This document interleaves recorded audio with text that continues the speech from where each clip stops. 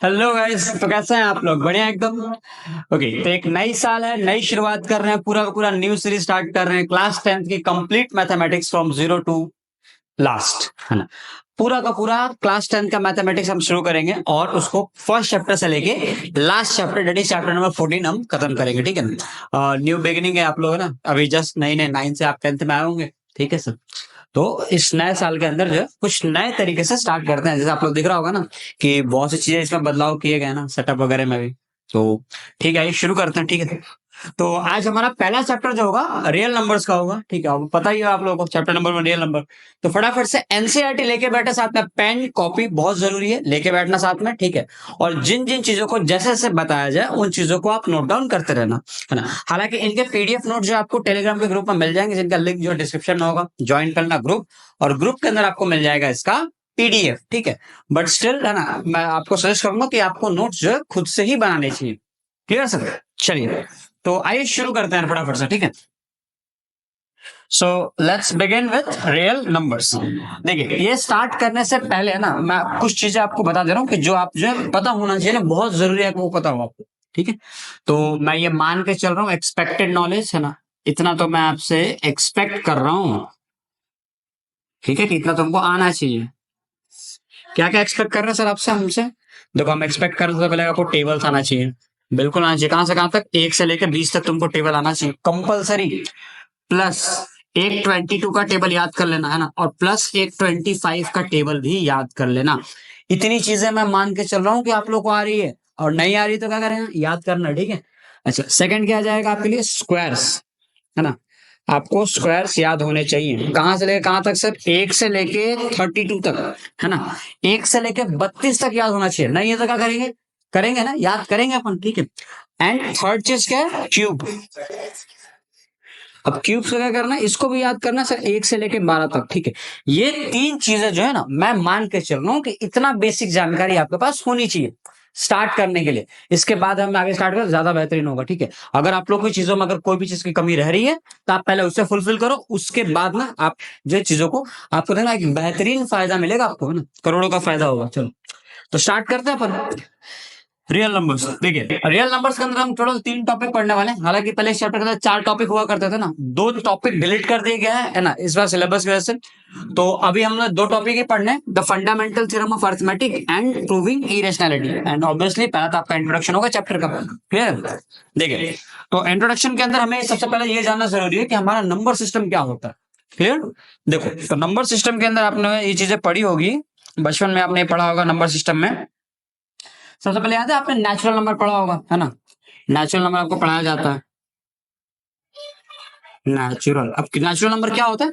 Natural number को हम counting numbers भी कहते हैं। कहां शुरू होता है? एक से लेके 1 2 3 4 5 अनंत तक, 1 से लेके इंफिनिटी तक। क्या हुआ? ये नेचुरल नंबर्स कहते हैं इसे। अब इसी नेचुरल नंबर में आपको याद होगा, अगर इस नेचुरल नंबर के अंदर हम जीरो, है ना, जीरो को अगर ऐड कर दिया जाए, ठीक है, तो ये नेचुरल नंबर क्या बन जाता है? आपका होल नंबर बन जाता है ना। ये बात आपको पता होगा। फिर इसी होल नंबर के अंदर अगर कोई नेगेटिव नंबर मिला दे, है ना, तो इससे जो सेट बनता है उसे हम इंटीजर्स कहते हैं। ये भी आप लोगों ने पढ़ा होगा, ठीक है सर। और इस इंटीजर्स में अगर कोई फ्रैक्शन वाले नंबर्स मिला दे, है ना, फ्रैक्शन पार्ट, फ्रैक्शंस को ऐड कर दे हम इसके अंदर, ठीक है, तो ये आपका बन जाता है रैशनल नंबर, है ना। इसको लिख दें यहाँ पे, ये हो गया आपका रैशनल ना। क्या बन जाएगा आपका? ये रैशनल नंबर। अब रैशनल नंबर के साथ में आपने कुछ अजीबोगरीब नंबर देखे होंगे, रूट वाले, रूट 2 रूट 3 रूट 5, जिनका कोई एंड नहीं होता, non terminating non repeating. Class 10 में पढ़ा था अपन ने, ठीक है। ऐसे नंबर को हम कहते हैं इरेशनल नंबर। इनकी प्रजाति अलग होती है, ये इनमें नहीं आते। तो इरेशनल नंबर में अगर आप एक काम करोगे, रैशनल में इरेशनल नंबर्स को अगर आप ऐड कर देते हो, इरेशनल नंबर्स को अगर आपने ऐड कर दिया, तो ये भी तो एक सेट बनेगा ना, कंबाइन। तो ये जो इरेशनल नंबर का सेट बनेगा, ठीक है, इस चीज को अगर आप ऐसे करो तो इन दोनों को कंबाइन करोगे तो ये क्या बन जाएगा? आपका real number. In short, real number जो है इन सबका सबसे बड़ा सेटअप है। रियल नंबर के अंदर ही रैशनल आएंगे, इरेशनल आएंगे, सारे के सारे आ जाएंगे। सबसे छोटा क्या है? नेचुरल नंबर, है ना। नेचुरल में जीरो मिलाया क्या बन गया? होल। होल में नेगेटिव नंबर मिलाया क्या बन जाएगा? इंटीजर। इंटीजर्स में फ्रैक्शंस मिला दो क्या बनेगा? रैशनल, और रैशनल में इरेशनल आ तो क्या बन जाएगा आपका रियल नंबर का सेट। इसके बाद भी अगर आप देखो तो नेचुरल नंबर भी क्लासिफाइड होता है ना, नेचुरल नंबर को फर्दर जो है क्लासिफाइड किया जाता है। देखो आप नेचुरल नंबर में क्या क्या आता है, नेचुरल नंबर में देखो सबसे पहले आपको एक 1 देखने मिलेगा, फिर आपको जो है प्राइम नंबर देखने मिलेगा, सबके बारे में पढ़ेंगे अपन, है ना, एंड एक कंपोजिट नंबर देखने मिलेगा, ठीक है ना। तो 1 प्राइम एंड कंपोजिट है ना, इनसे पूरा आपका नेचुरल नंबर बन जाता है। सबके बारे में अपन डिटेल में पढ़ना स्टार्ट करेंगे। एंड बेसिकली ना मैं मान के चलूंगा आपको ये बात पता होनी चाहिए ना, ऑड नंबर आपको पता होना चाहिए, ऑड नंबर क्या होता है ना, इवन नंबर क्या होता है। देखो ऑड नंबर ऐसे नंबर होते हैं जो 2 से डिवाइड नहीं होते, है ना, not divisible by 2, not divisible by 2। और ये क्या होता है, ये होता है डिविजिबल बाई 2, डिविजिबल बाई 2। और सर प्राइम कंपोजिट ये आगे पढ़ेंगे अपन, है ना, आगे पढ़ेंगे, ठीक है। अब इनको अगर याद करने में दिक्कत होती है, जैसे बच्चों में ये दिक्कत मेरे साथ हुआ करती थी, है ना, बहुत कॉमन प्रॉब्लम है ना, odd number even number, sir ये तो पता होता कि एक 2 से डिवाइड होता और एक नहीं होता, लेकिन कौन सा वाला कभी भूल गए तो, है ना, इवन नंबर 2 से डिवाइड होता है नहीं होता। आपको कैसे याद करना है, काउंटिंग करनी है आपको। देखो दिख रहा है इवन में कितने लेटर है, 1 2 3 4, 4 लेटर है, 4 2 से डिविजिबल होता है, मतलब इवन नंबर 2 से डिविजिबल हो जाएगा। ऑड में काउंटिंग करना, 1 2 3, 3 2 से डिवाइड नहीं होता है, मतलब ऑड नंबर भी 2 से डिवाइड नहीं होगा। इस तरीके से आप याद कर सकते हो, प्रॉब्लम का सॉल्यूशन ये, ठीक है सर। तो ये टेबल मैंने बना दिया हालांकि, है ना, आप इसको प्रेफर कर सकते हैं। Clear sir. चलो तो नेक्स्ट स्लाइड हमारे पास है Venn diagram of number system. अब वेन डायग्राम क्या होता है, वेन डायग्राम जिन बच्चों ने सेट ऑपरेशन पढ़ा होगा ना, ऑलमोस्ट किसी ने पढ़ा तो होगा नहीं, जिनको जानकारी होगी, आप 11th क्लास में पढ़ेंगे वैसे तो, है ना। तो मैं बेसिकली एक मोटा मोटा आइडिया देता हूँ। वेन डायग्राम से हम चीजों को रिप्रेजेंट करते हैं, सबसे छोटी चीज को अंदर रखेंगे, फिर उसमें जो चीज ऐड हो गई ना उसको हम एक बड़ा सर्कल बना के उसमें ऐड कर, जैसे देखो यहाँ पे नेचुरल नंबर लिखा हुआ है ना, इस नेचुरल नंबर में हमने एक 0 को ऐड किया, है ना, और 0 को ऐड किया तो थोड़ा बड़ा हो गया, ये हमने एक बड़ा सर्कल से रिप्रेजेंट किया कि ये नेचुरल नंबर में 0 मिलाने से क्या बन गया, होल नंबर। अब इस होल नंबर में नेगेटिव नंबर्स को हमने मिलाया, है ना, तो ये क्या बन गया आपका इंटीजर्स। अब इस इंटीजर में आपने फ्रैक्शनल नंबर्स को ऐड किए, डेसिमल्स को ऐड किए, तो ये क्या बन जाएगा आपका रैशनल। और मैंने बताया था इरेशनल एक अलग प्रजाति होती है, इरेशनल को देखो यहाँ पे अलग तरीके से नोट किया गया है। क्लियर। अब ये इरेशनल अलग कर दिया आपने। अब इन सबको अगर मुझे कंबाइन करना है, सबको उठा के एक झोली में बांध दो और पैक कर दो, क्या बनेगा वो रियल नंबर्स, इन सभी का मिक्सचर। तो आपको ये लाइन नहीं दिख रही, ब्लैक कलर की लाइन है ना, मैं उस पर हाईलाइट करता हूँ। देखो यहाँ पे एक लाइन बनी हुई है ना, जो लोग को दिख पाए, यहाँ पे देखो रियल नंबर्स लिखा हुआ है, ठीक है। ब्लैक कलर की लाइन है इसलिए आप लोगों को नहीं दिख रही होगी, ये कंबाइन कर दिया गया है, ठीक है।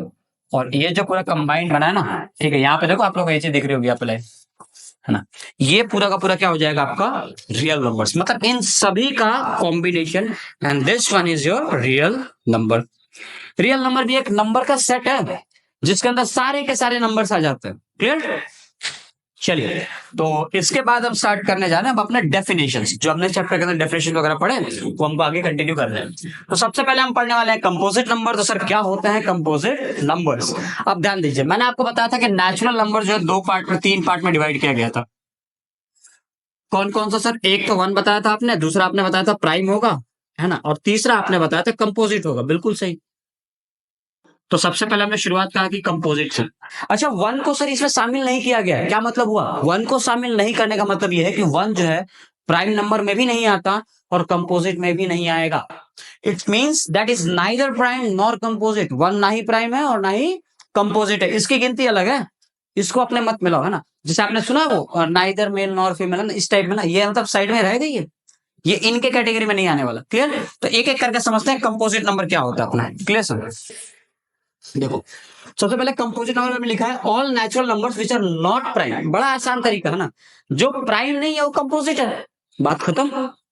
ऐसे नंबर जो प्राइम नहीं है वो कंपोजिट है। ये बात आप समझने के लिए या इस्तेमाल कर सकते हो, लेकिन नहीं सकते, कहीं पर डेफिनेशन नहीं बता सकते। ये आपके समझने के लिए बताया मैंने, आपको समझ आनी चाहिए। ऐसे नंबर जो प्राइम नहीं है उन्हें क्या कहेंगे, कंपोजिट कहेंगे, ठीक है। और number which is divisible by other numbers accept 1 and itself, है ना।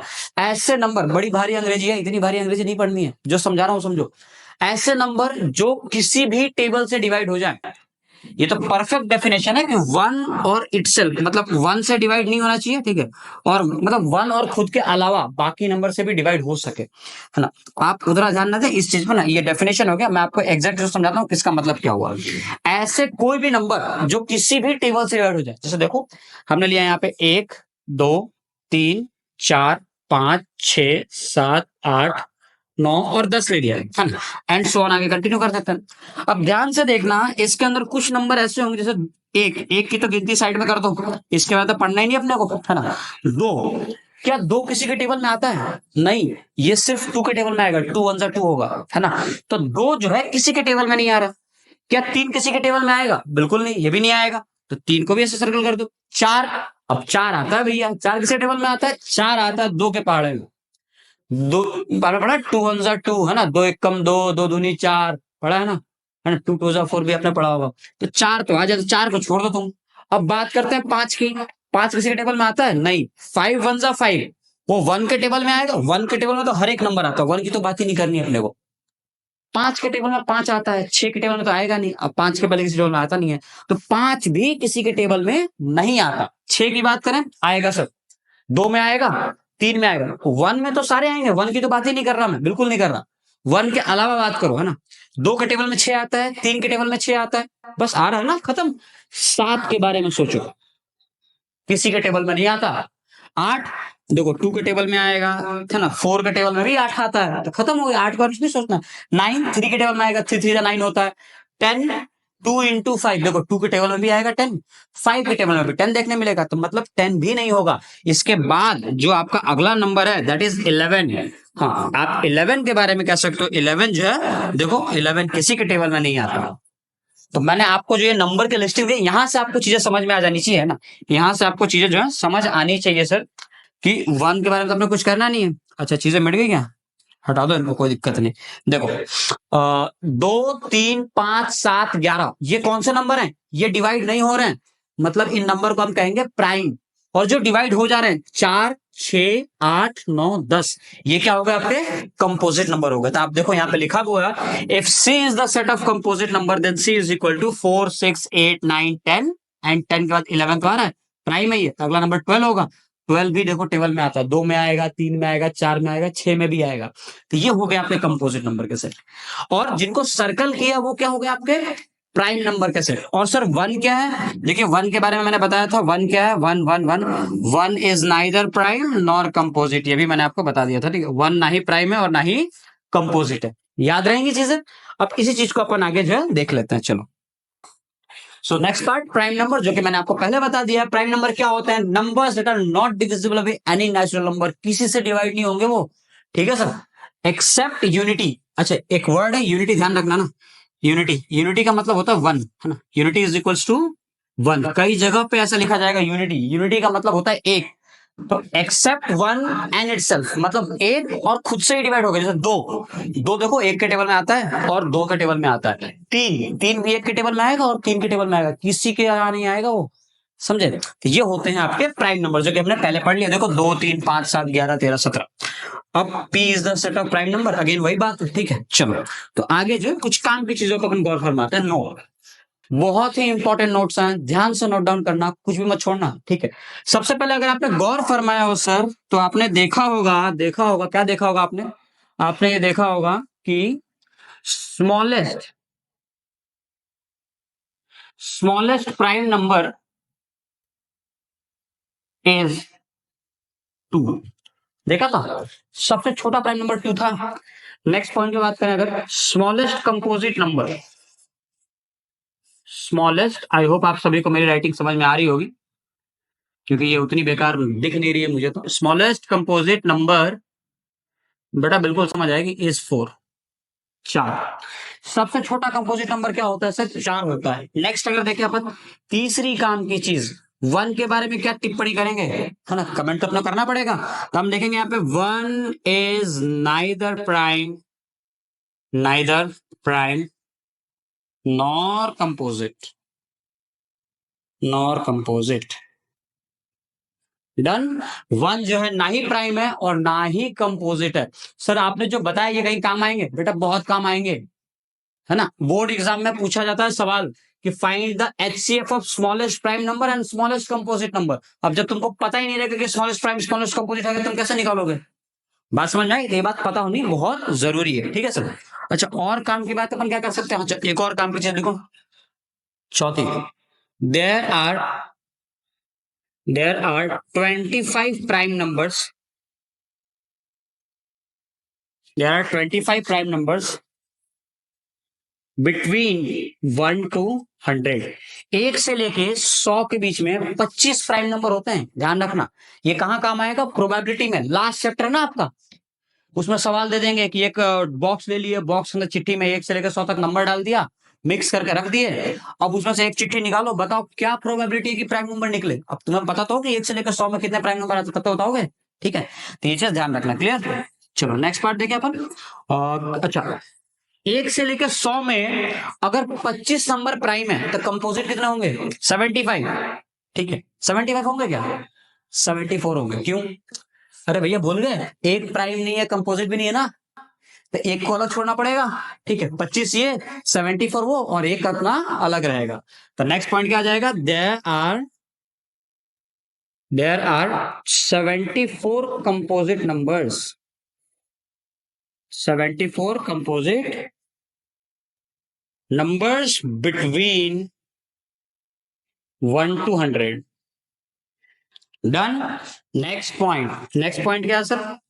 नेक्स्ट पॉइंट है, 2 is the only even prime number।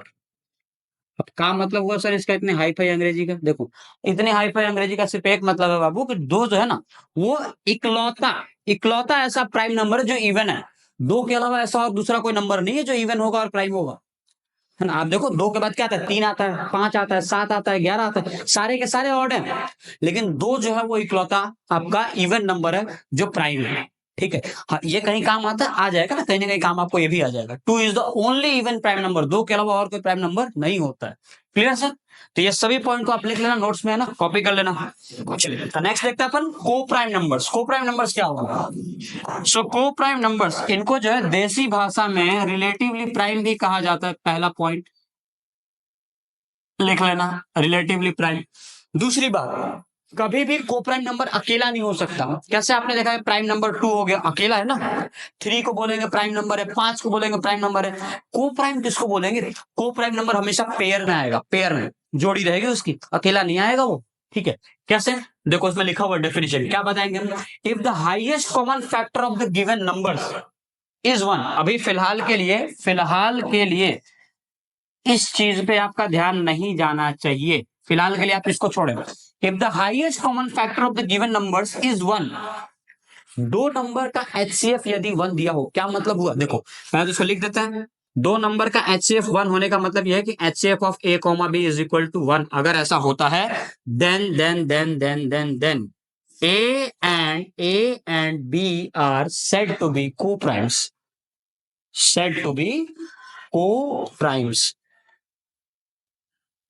है ना। आगे एक काम करना, यहाँ पे इफ लगा दो। ये हो गया आपका इफ, ठीक है। If HCF of A, B is equal to 1 then A and B are said to be coprime. अगर HCF 1 आ जाए तो उन नंबर को हम क्या कहेंगे? को-प्राइम कहेंगे। अब इसका मतलब समझते हैं सर, इसका मतलब देखते हैं, देखो ध्यान से। अब HCF 1 होने का मतलब क्या होता है? जैसे मान लो कि मैंने यहाँ पे एक नंबर लिया 4, ठीक है, और इसको डिवाइड कर रहा हूं मैं 9 से, क्या ये डिवाइड होगा? नहीं होगा। मैंने यहां नंबर लिया 2, डिवाइड कर रहा हूं मैं 3 से, डिवाइड होगा? नहीं होगा। क्यों? आपको लग रहा है डिवाइड नहीं होगा? क्यों नहीं होगा? क्योंकि इनके बीच कुछ कॉमन नहीं है भाई। अब यही मान लो अगर मैं 4 डिवाइड बाई 6 लिखता, तुमको तुरंत खटाक से दिमाग में आएगा, सर ये 2 के पारे से कट जाएगा, 2 2 2 3 कैसे दिमाग में बात ऑटोमेटिकली आएगी, है ना, क्योंकि नंबर छोटा है, तुमने इतना बहुत बचपन से पढ़ा हुआ है। तो इनके बीच में कॉमन पार्ट है, दोनों में कॉमन पार्ट है, क्या है? 2। देखो आप 4 को जो है 2 इंटू 2 लिख दो और इसको 2 इंटू 3 लिख दो, तो दोनों में सेम क्या दिख रहा है तुम्हें? ये दिख रहा है, ये 2 दोनों में सेम है, तो ये हो गया इनका कॉमन फैक्टर दोनों का। तो इसका HCF 2 आ गया। और HCF 1 हम किसको बोलेंगे सर? HCF 1 आने का मतलब ये है बाबू कि इसको जब काट दोगे ना, बचा क्या देगा? 2 और 3 बचा यहाँ पे। ये जो 2 और 3 है ना, ये 2 और 3 आप कट नहीं सकते हैं, क्योंकि इनके बीच में कुछ कॉमन नहीं बचा। ये होता है HCF1 आना, और ऐसे नंबर को कहते हैं हम कंपोजिट, जो कभी कटते नहीं है। क्लियर, ध्यान रहेगा। चलो, तो ये हो गया आपका कंपोजिट नंबर। अच्छा, दूसरी काम की बात जो यहाँ पे मैंने आपको छोड़ने कहा था, नॉट नेसेसरीली प्राइम। जो दो नंबर सर आप लेने बोल रहे हैं, क्या जरूरी है कि वो प्राइम हो? नहीं। देखो कैसे जरूरी नहीं है, मैं आपको ये समझा देता हूँ। जब प्राइम नंबर अगर तुम उठाते हो, जब 7 ले लिया आपने, 11 ले लिया, तो आप तो पहले से ही बात मैंने बताया था कि 7 प्राइम नंबर के अंदर कुछ भी कॉमन नहीं होता है ना, वो 1 और केवल खुद के टेबल में आते हैं। तो जब वो केवल खुद के टेबल में आ रहे हैं, तो उनके जो कुछ कॉमन फैक्टर कहां से आएगा, समझे? अब ये प्राइम नंबर में तो श्योर है, क्योंकि प्राइम नंबर का HCF1 आएगा ही आएगा। कोई भी प्राइम नंबर ले लो, है ना, कोई भी प्राइम नंबर अगर तुम ले लेते हो तो उसका HCF तो 1 आएगा ही। जैसे मैंने ले लिया 11 ले लिया, 19 ले लिया, HCF तो 1 आ रहा है। हर एक प्राइम नंबर का जो सेट है ना, दो प्राइम नंबर ले लो, उसका को प्राइम होगा ही होगा। लेकिन जरूरी नहीं है कि केवल प्राइम नंबर ही को प्राइम हो, कंपोजिट नंबर भी को प्राइम हो सकते हैं। कैसे? देखो, जैसे को प्राइम नंबर आपको ये थोड़ी बोल रहा है कि तुम प्राइम नंबर ला के दोगे तो ही हम को प्राइम कहलाएंगे, नहीं, ऐसी कोई शर्त नहीं है। को प्राइम नंबर सिर्फ एक ही चीज आपसे डिमांड कर रहा है कि भैया HCF1 होना चाहिए। हमको कोई मतलब नहीं कि तुम प्राइम हो, कंपोजिट हो, ऑड हो, इवन हो, कुछ भी हो, HCF1 आना चाहिए। अब देखिए, जैसे हमने यहाँ पे जो पहला नंबर लिया था, यहाँ पे 4/9। अब 4/9 में देखो 4 कंपोजिट है, 9 भी कंपोजिट है, लेकिन फिर भी दोनों को प्राइम है। कैसे? क्योंकि दोनों के बीच में जो HCF है ना, कुछ कॉमन पार्ट नहीं है, HCF1 है, इसलिए ये को प्राइम है। तो बात समझ में आई? जरूरी नहीं है कि सारे के सारे नंबर कब प्राइम होंगे तो ही वो को प्राइम कहलाएगा, बिल्कुल नहीं, है ना। दोनों कंपोजिट हो तब भी वो को प्राइम कहलाएगा, एक कंपोजिट हो तब भी वो को प्राइम कहला सकता है। इसलिए यहां लिखा हुआ है नॉट नेसेसरीली प्राइम, जरूरी नहीं है कि वो प्राइम हो। क्लियर? चलिए, now move to the next slide. यहाँ पे आपको लिखा हुआ है एक नोट। नोट में देखो क्या काम की चीज है। तो नोट में मैं आपको काम की चीजें बताने वाला था, है ना। वैसे एक बार ये जरा देख लेते हैं, ठीक है। क्या क्या बता दिया आपको मैंने? HCF1, ठीक है। देखो, नोट में आप ये लिखना,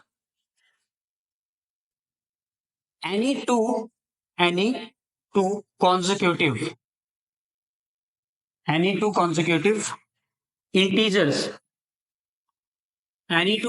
integers are co-prime।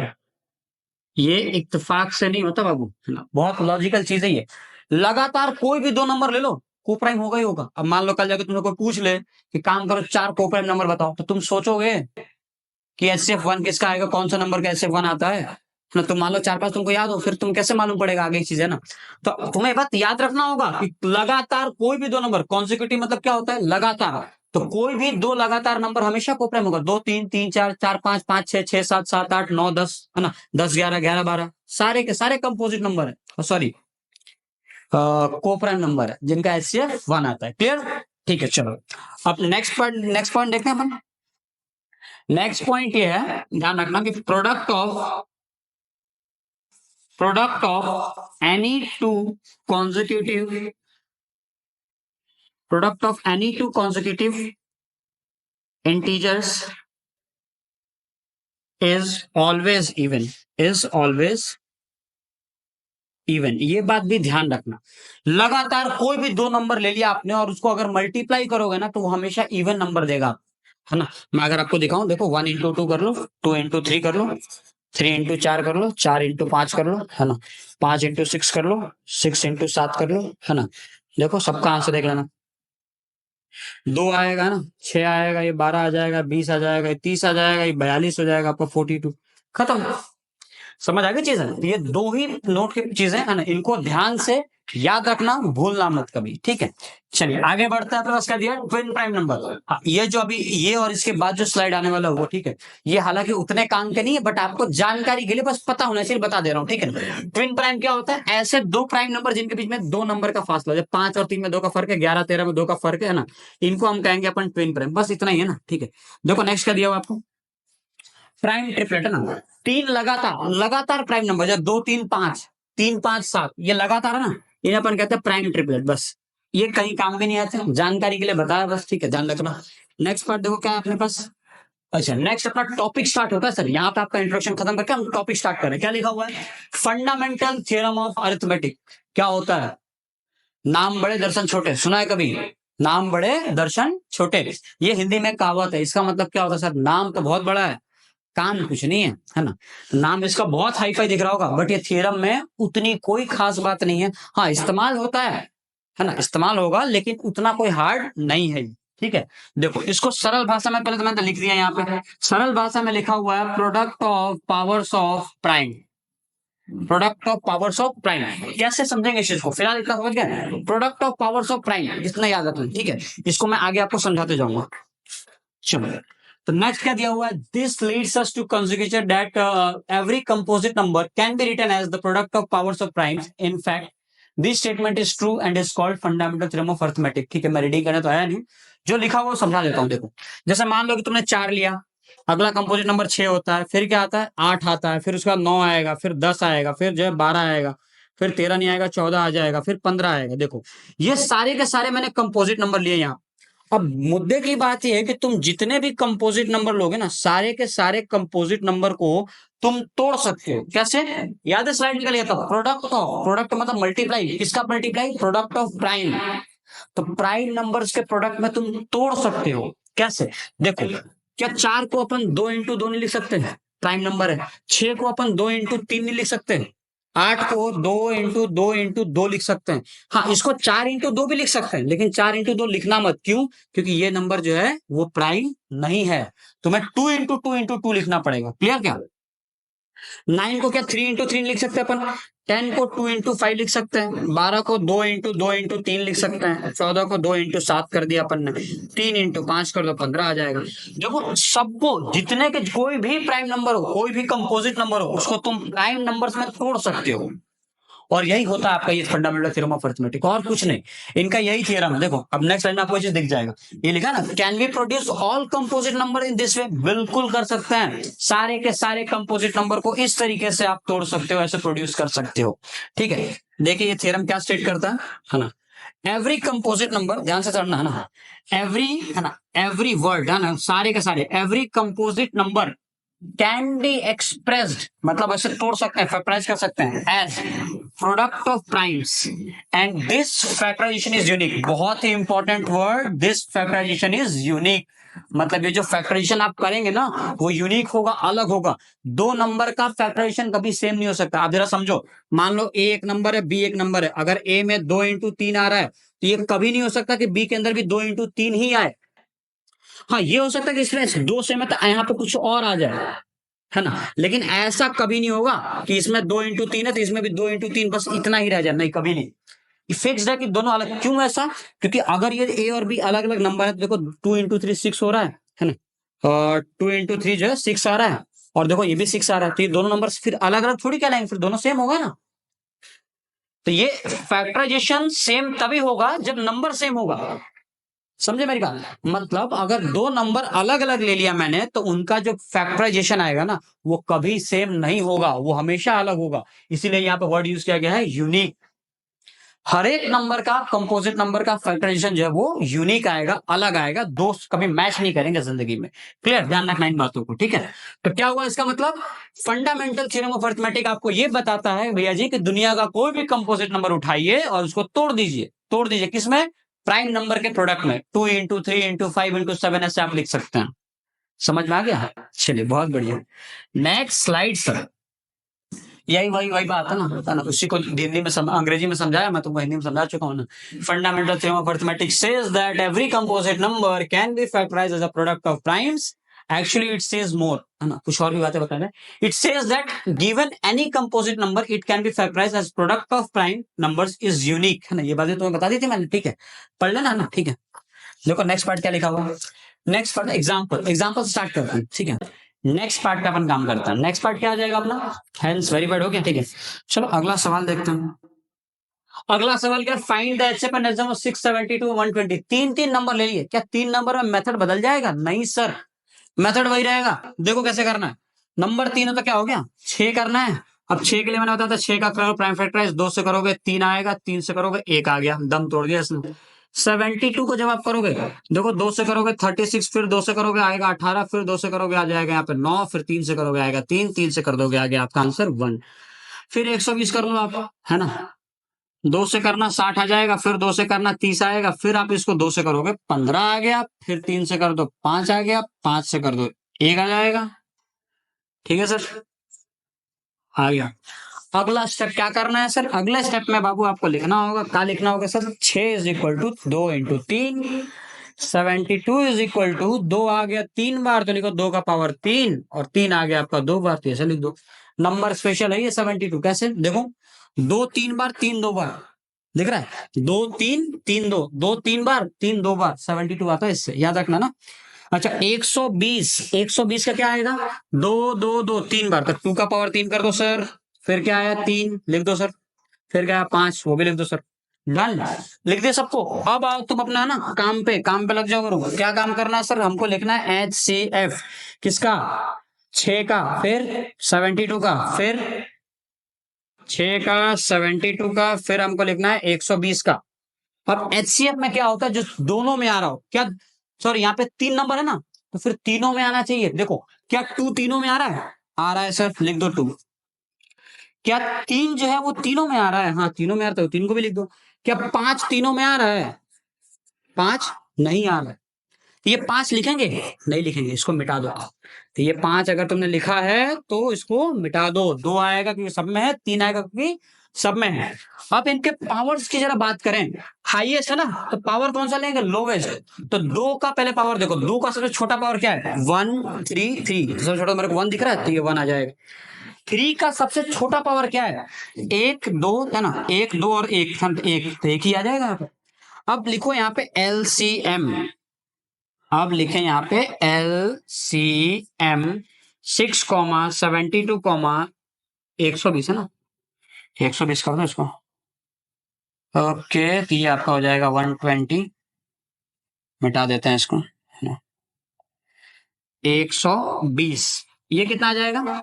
ये आ जाएगा आपका एलसीएम, लीस्ट है। पावर कौन सा लेंगे? हाईएस्ट।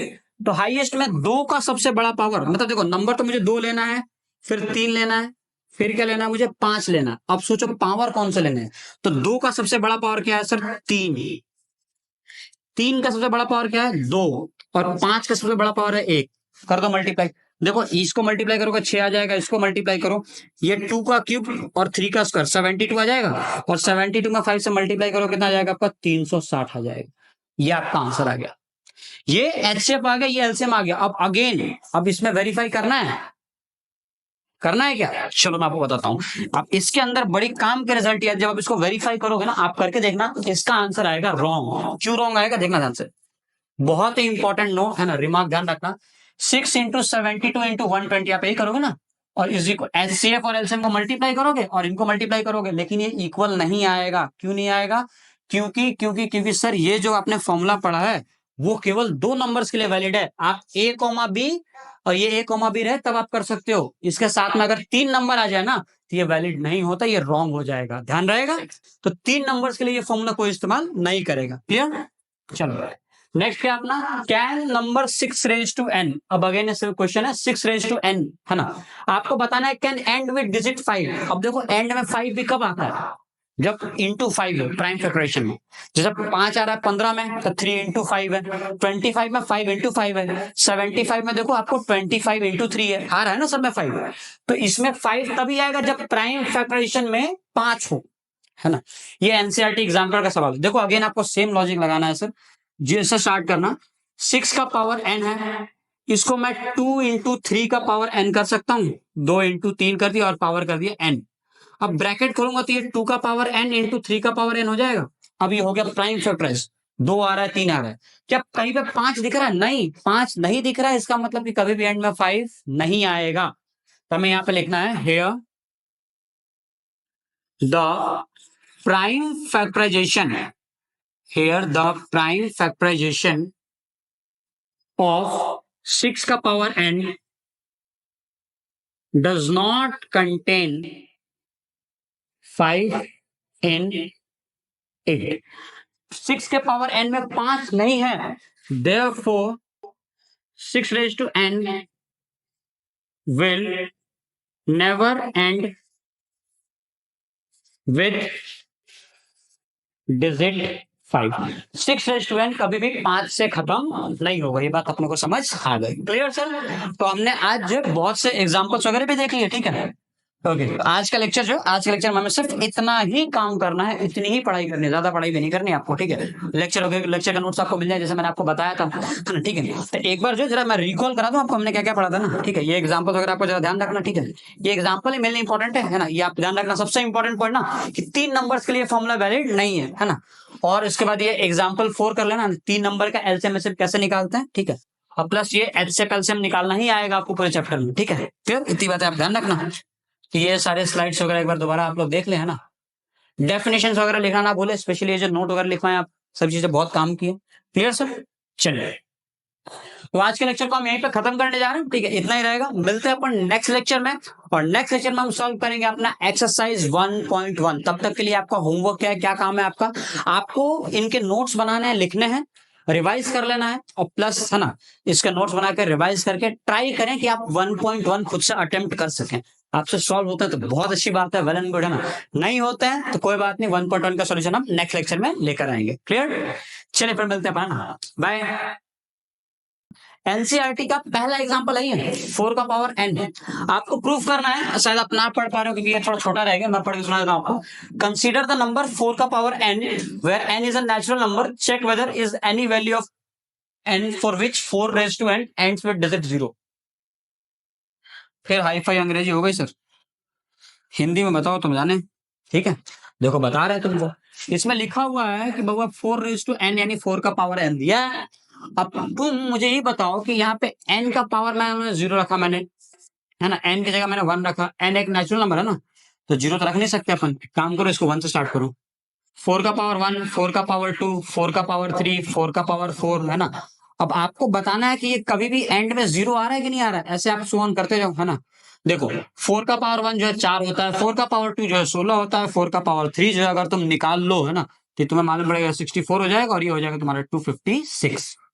लिख तो लिए, समझ में आ रहा है। मुझे दिख रहा है कि 4 आ रहा है, 6 आ रहा है, फिर 4 आया, फिर 6 आया, तो मुझे समझ में आ गया कि भैया 4 का पावर अगर मैं 5 भी लूंगा तो आखिरी में 4 आने वाला है। 4 का पावर अगर मैंने 6 ले लिया यहाँ पे, ठीक है, तो आखिरी में यहाँ 6 आने वाला है, आगे कुछ भी हो तो 4 6 4 6 4 6। अभी बात समझ में तो आ गई कि कभी भी 0 तो नहीं आएगा, आएगा तो 4 नहीं तो 6 आएगा। ये बात समझ में आ गई, ये बात दिमाग में आ रही है। लेकिन पेपर में दिमाग निकाल कर छाप तो नहीं देंगे हम, बात तो लिखनी पड़ेगी अपने को, हमको समझ में कैसे आ रही है बात, ठीक है। तो उसके लिए देखो आपको क्या करना होगा, उसके लिए आपको यूज करना होगा मेथड।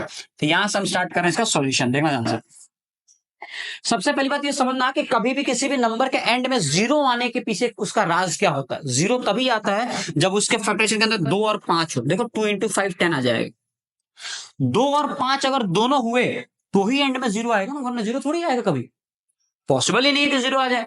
2 और 5 ये दोनों होंगे तो ही 0 आएगा। अब आपको चेक करना है कुल मिला जुला के कि इसके प्राइम फैक्टराइजेशन के अंदर 2 और 5 आता है कि नहीं आता। अब ऑब्वियस ही बात है भाई, 0 नहीं आ रहा है तो 2 और 5 भी नहीं आएगा। अब लिखें इस चीजों को, देखो तो हमने लिखा कि 4 रेज टू n, हमने क्या लिखा यहाँ पे 4 रेज टू n।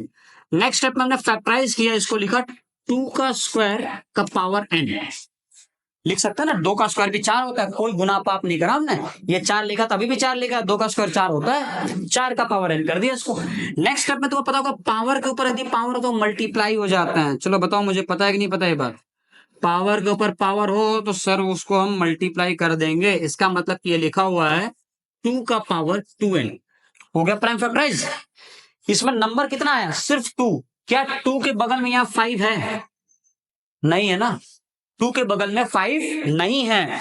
इसका मतलब यही कारण है कि ये कभी एंड में 0 नहीं दे रहा है, ठीक है। तो यहां पे आपको लिखना होगा here the prime factorization, the prime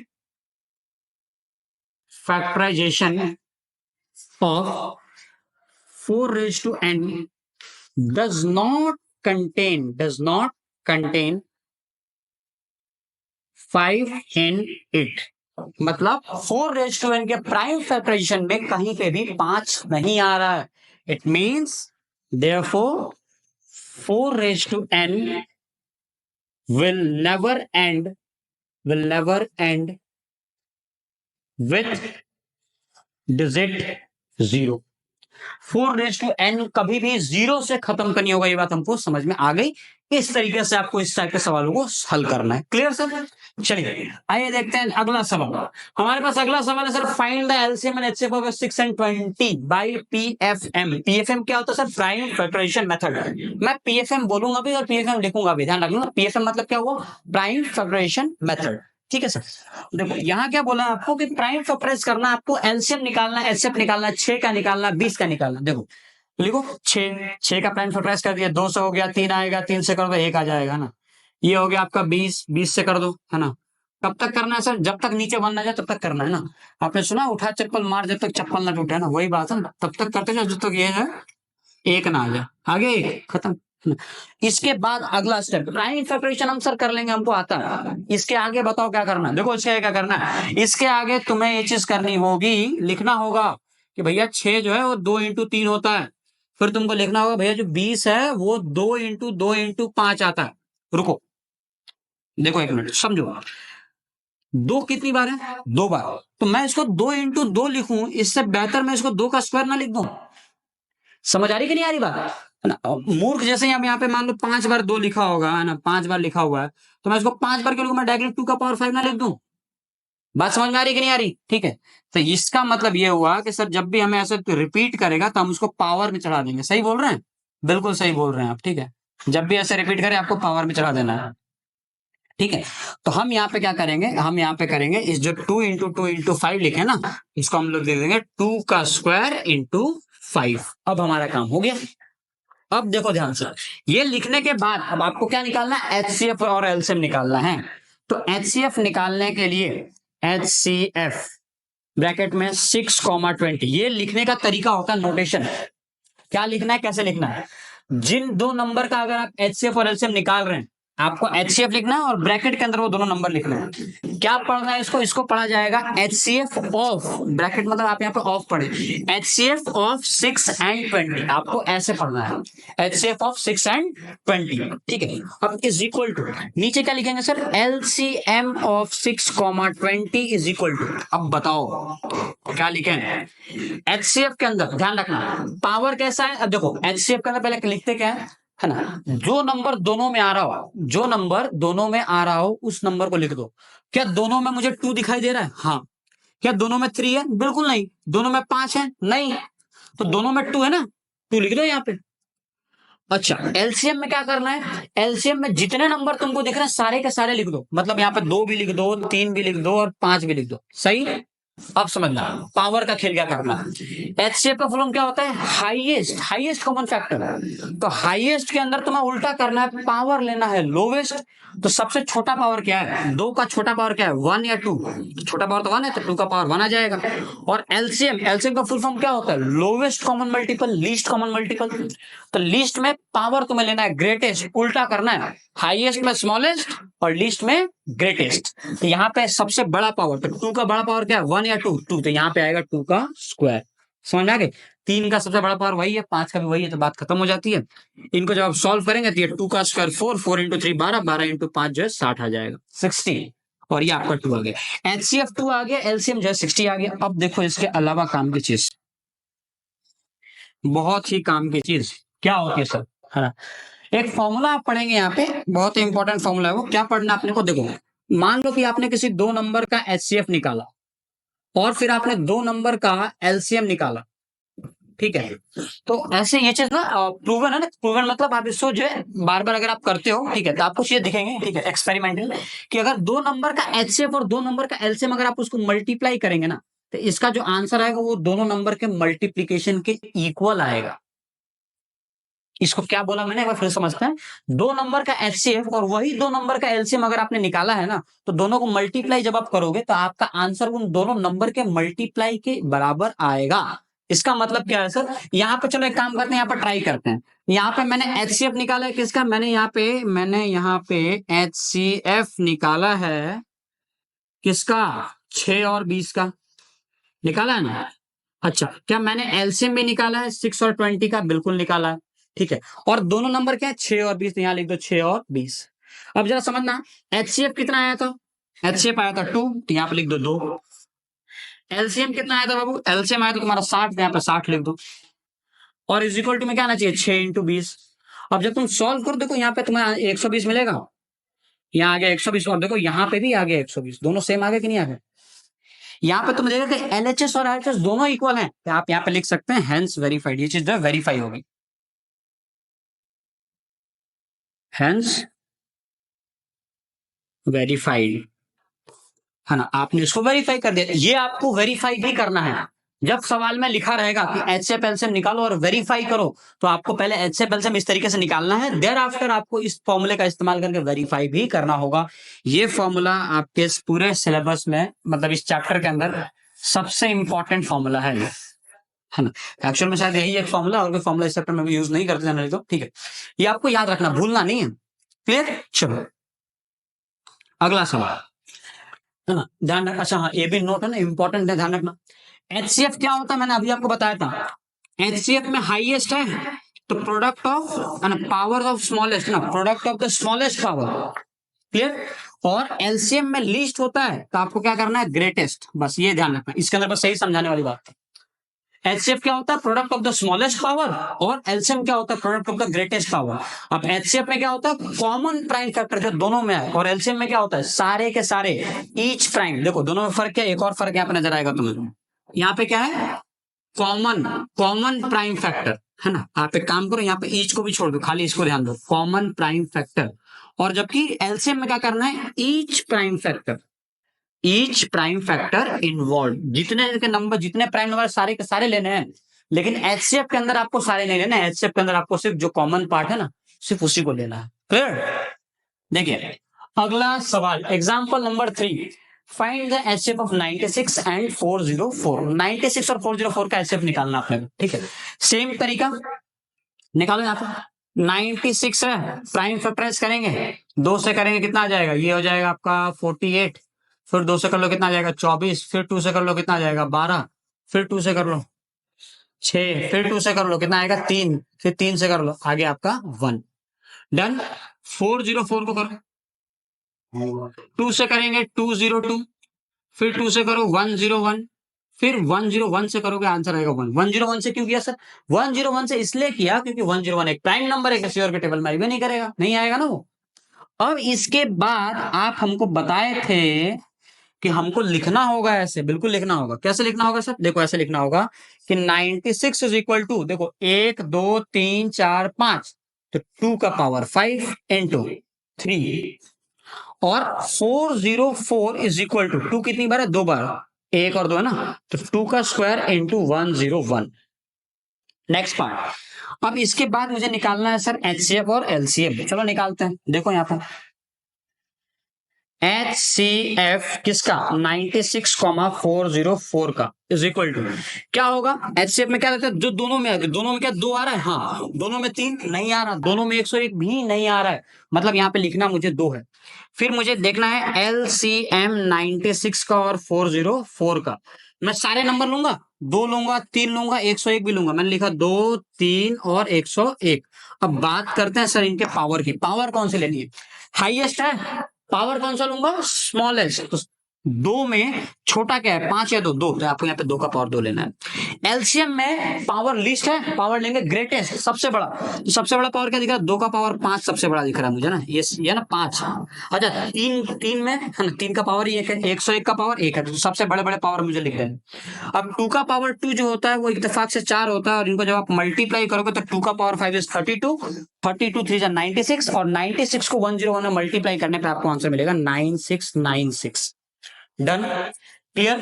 अब देखो आगे क्या करना है, हमने इतना कर लिया, अब हमें आगे इसमें ये करना है कि आप इसको वेरीफाई करके दिखाओ। चलो, तो वेरीफाई करने के लिए क्या करना होगा, हमें फॉर्मूला लिखना होगा, HCF of A, B into LCM of A, B is equal to A into B होता है सर। फिर HCF की जगह पे HCF लिखेंगे, A की जगह 96 और B की जगह पे 404 into LCM 96, 404 is equal to 96 into 404।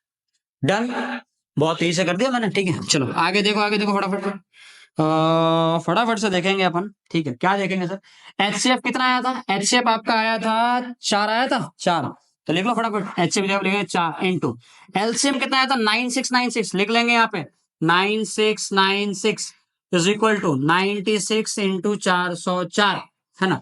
अब देखो ये दोनों को मल्टीप्लाई करके देखना, सेम आएगा। मैं अभी दिखा देता हूँ सेम कैसे आएगा, है ना। देखो इसको 4 इंटू 9696 लिखा हुआ है ना। अगर तुम्हें याद हो तो ये 9696 कैसे आया था, याद है ना। 2 का पावर 5 32, 32 इंटू 3 96, और 96 को 101 से मल्टीप्लाई किया तो तब 9696 आया था। ठीक है, मतलब 9696 को 96 इंटू 101 लिख सकते हैं। देखो यहाँ पर मैं लिख देता हूँ, है ना। तो 96 को हमने क्या लिख दिया, 101, है ना। 96 को लिख दो आप ऐसे, 96 into 101 is equal to 96 into 404। अब जरा ध्यान से देखो, क्या ये 4 और 101 मिलकर 404 हो जाएंगे, मल्टीप्लाई हो गए। तो 404 इंटू 96, यहाँ पे भी देखो वही लिखा है 404 इंटू 96, मतलब दोनों तो सेम आ गए अल्टीमेटली, है ना। तो यही तुम्हारा मोटो था कि दोनों साइड इक्वल आ जाए, लेफ्ट हैंड साइड और राइट हैंड साइड इक्वल आ जाए, ताकि हमें शानदार सा मौका मिले लिखने का। क्या सर, हैंस सबसे ज्यादा मजा आता है, एकदम सेटिस्फेक्शन मिलती है, सेटिस्फेक्शन मिलता है ना ये लाइन लिखने में। हैंस वेरीफाइड हो गया, वेरीफाई, समझे।